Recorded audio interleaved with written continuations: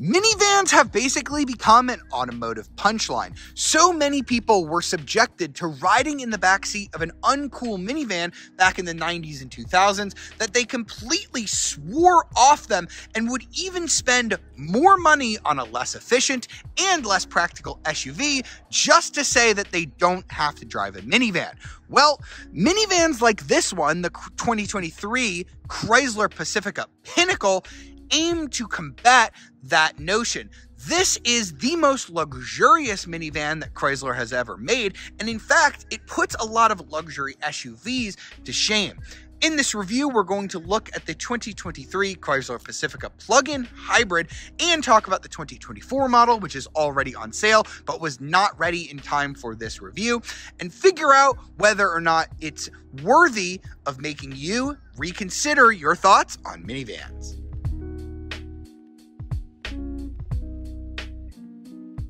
All right, so let's start with a walk around of the 2023 Chrysler Pacifica plug-in hybrid Pinnacle. As I mentioned, the 2024 models are already out. You won't notice any differences on the exterior. Unfortunately, I just couldn't get a 2024 in time for this filming. I'll go over the one notable difference that you'll notice on the Pinnacle, but it is going to be on the inside, not on the outside. I love this blue color. It really gives off an elegant vibe, which is what you're shooting for when you get a Pacifica Pinnacle. I think the front end doesn't really give off minivan vibes. It is a very handsome looking vehicle. Interestingly, even though this is the top Pinnacle trim, we're only going to have these 18-inch wheels with this kind of chrome finish. You can get 20-inch wheels on a Pacifica, but not on the plug-in hybrid. I believe that the Pinnacle on the gasoline engine side has 20-inch wheels, and you can get 20-inch wheels on other trims as well. Probably a fuel economy play. I couldn't really get an answer from Chrysler in time for this filming, but I'm going to go ahead and say it's probably for fuel economy, and the ride is really nice on these 18-inch wheels as well. You've got your little E with the little leaf on it. That's going to reveal your charging cable so that you can go ahead and charge this vehicle up.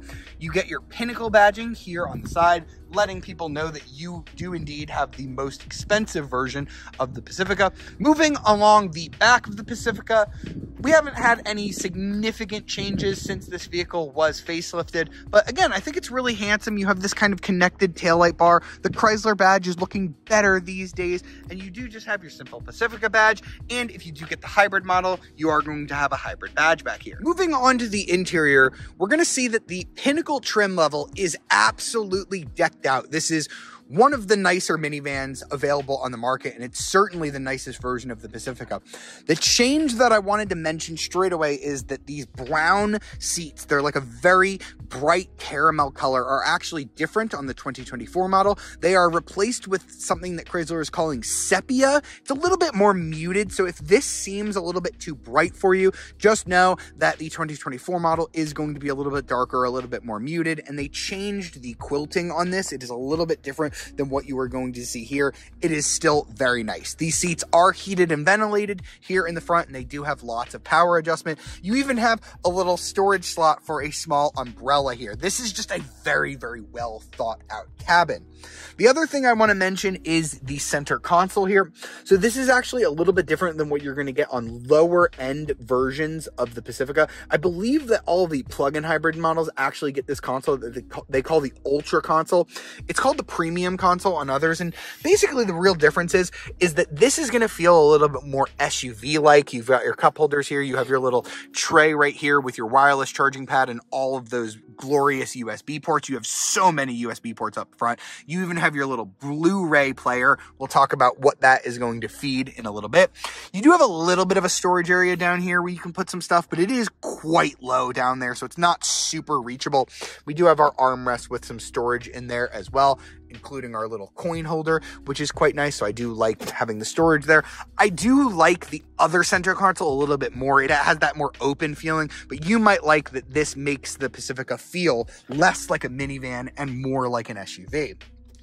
We're going to go ahead and fire it up. Again, plug-in hybrid, so the needles are going to move, but the engine doesn't necessarily fire up. we've got these really nice gauges. I happen to love Chrysler's gauges with the blue lighting. I think it looks very elegant. We do have plenty of adjustability here on this little central screen to show whatever I need to show.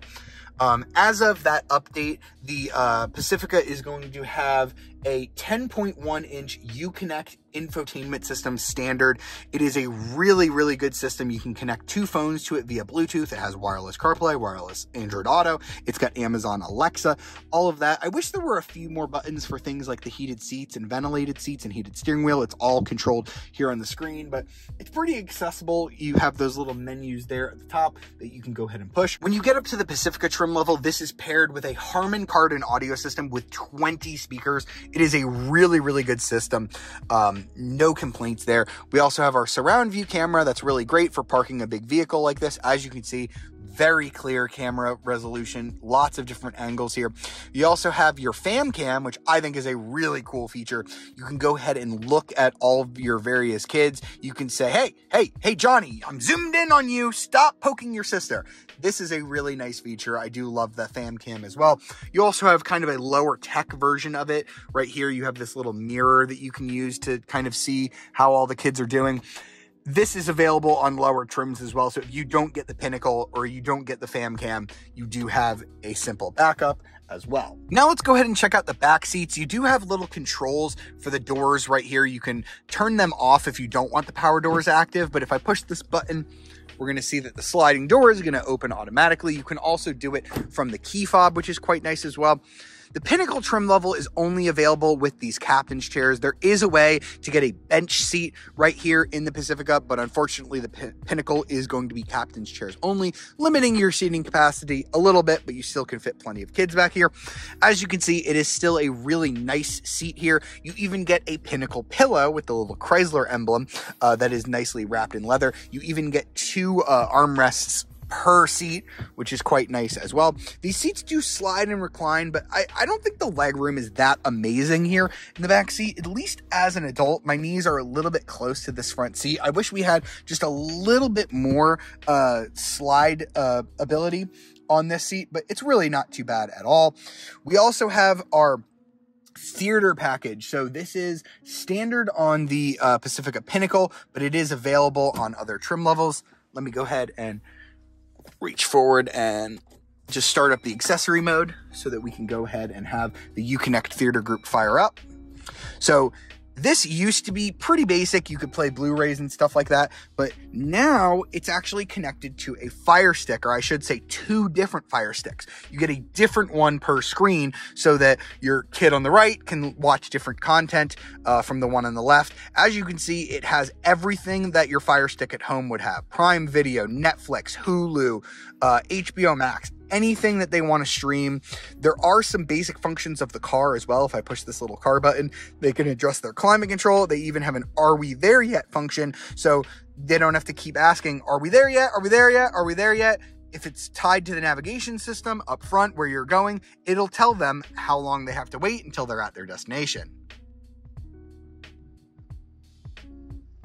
Now let's just say they don't want to watch Fire Stick, they don't want to watch Netflix, or maybe you don't want to pay for the internet connection. As you can see, this one is offline. The car does have a built-in data connection. You could also tether it off your phone. I have tried that out and it does work just fine. You also have an HDMI port back here, so your kids can go ahead and bring along their Wii or their Xbox or their Nintendo Switch. I am with the times. I know that the Wii is not new.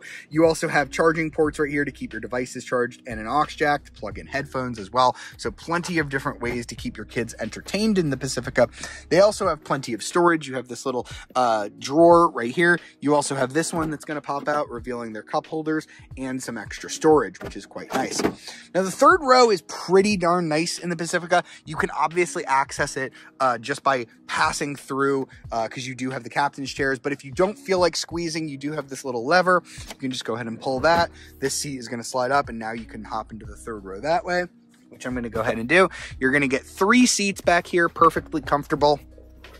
As you can see, even with the seats slid back, I do have a decent amount of legroom here. I've got cup holders. I've got USB ports on this side. Unfortunately, I don't have any USB-C ports on that side. So kids, when you're getting into the back of a Pacifica, remember, sit on the right side so that you can charge up your devices. All right, now let's check out the cargo capacity of the Pacifica, because obviously this is very important when you're buying a minivan. You want it to be a very spacious vehicle. We've got a little over 32 cubic feet here with the third row up. As you can see, like a lot of other minivans in the modern era, you have a very deep storage floor. You can fold these second row seats to get up to about 87 cubic feet of storage, which is quite nice. So you can go ahead and fold down these headrests right here. You actually get these little numbered tabs. So you're going to pull tab number 1, that's going to unlock it. Then you're going to pull tab number 2. Basically, it's going to flip down this way and then kind of tuck in there. It's a little bit scary to do the first time, but it's really not that bad once you get used to it. Boom, there we go. We have a flat load floor, and I have folded one of those captain's chairs to show you what that's like when it folds flat. You can get up to 140 cubic feet of space back here, which is the same as the gas-powered Pacifica. However, you don't get the stow and go seating. So you can remove these seats entirely. They are removable, and then you'll have all of the storage space, but it's kind of a hassle. You probably don't want to bring the seat with you. The seat is very heavy as well. So this is pretty much what you're going to get if you don't want to do that. The gas-powered Pacifica has storage underneath the floor where the seats just kind of tuck into, and it creates a completely flat floor. That is super duper convenient. I really do like that feature, but unfortunately the battery lives where the stow and go seating would go, so you can't do that. You would also get a vacuum cleaner right here. This is where your charging cable is going to live. You would have a vacuum cleaner that is going to unreel from here, but unfortunately you cannot get that on the Pacifica plug-in hybrid. All right, now let's get underway in the Chrysler Pacifica Hybrid, and I'm first going to talk to you about what makes the Pacifica plug-in hybrid different from a regular Pacifica. So on either version, you're going to get a 3.6 liter V6 engine, but it works a little differently here on the PHEV. So in a regular Pacifica, you're going to be getting 287 horsepower going out through a 9-speed automatic transmission. Here, you can only get front-wheel drive. On the gas engine, you can get front-wheel drive or all-wheel drive. And unlike the gas-powered car, which has that 9-speed, this has what Chrysler calls an EVT. It's basically going to function like a CVT, but it's not technically a CVT. It's a direct drive. So when I floor it, which is something no minivan owner will probably ever do, the engine hits peak RPM and just stays there. And you might have heard, or not heard in this case, the engine's pretty darn quiet. I know a lot of plug-in hybrids are just very jarring when the engine comes on because you're so used to this silence of having an electric motor, and then it's disturbed by internal combustion. Not in this. Chrysler has done a really good job muting that engine, so when I even just give it just a little bit of gas, you barely hear the engine at all. Sometimes at idle, it can sound a little bit louder, but for the most part, this cabin is incredibly quiet. I don't hear a lot from the powertrain. That is definitely something that I knocked off the Toyota Sienna for. That is not a plug-in hybrid, that is just a regular hybrid, but it makes a lot of engine noise, and it has a lot more road noise than the Pacifica does. So if a quiet cabin is something that is very important to you, I think this might be the best minivan on the market for that. Now, the powertrain is quiet, but it's also a little bit less powerful than the gasoline-powered one. You're getting 260 horsepower total. That's with help from an 84 horsepower electric motor and a 114 horsepower electric motor. So I'm not sure like how much they detuned the engine, you know, because those motors are pretty powerful, you know, assisting it. But total system output is 260, so a little bit less than the gas-only Pacifica. The benefit of that is going to be fuel economy in this plug-in hybrid model. So if you plug it in the morning and you charge up, you should get 30 miles of electric range. Now, I went ahead and did that the other day, and the car actually told me that it was going to go 40 miles on electric power, but I started driving and that range very quickly shot down. So I think the car was being a little over optimistic. I think 30 miles is a pretty good estimate though. And if you combine that with the gas only range, you should go over 500 miles on a charge, which is pretty good. Now, the one thing that's a little bit weird on the Pacifica compared to other PHEVs, even ones from Stellantis, the company that makes Chrysler, is that you cannot control when and how the engine activates itself. You just plug it in, charge it, and drive, and it decides when it's going to be on electric and when it's going to be on gasoline.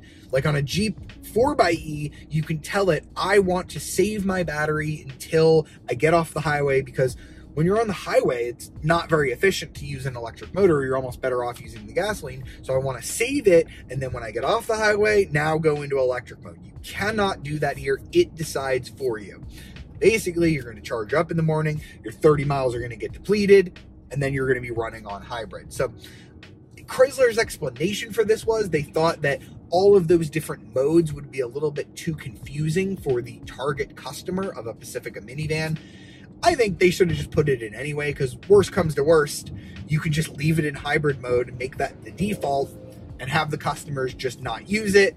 But whatever, it's not that big of a deal, and I'm going to explain why I think that is.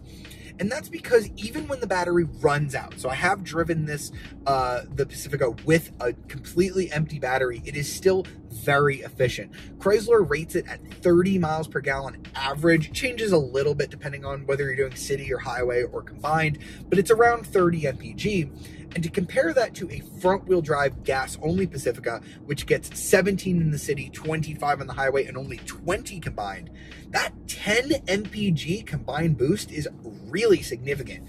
I've actually crunched the math on this, and it should cost you around $1,250 a year to run the Pacifica. That's according to the EPA for the plug-in hybrid version.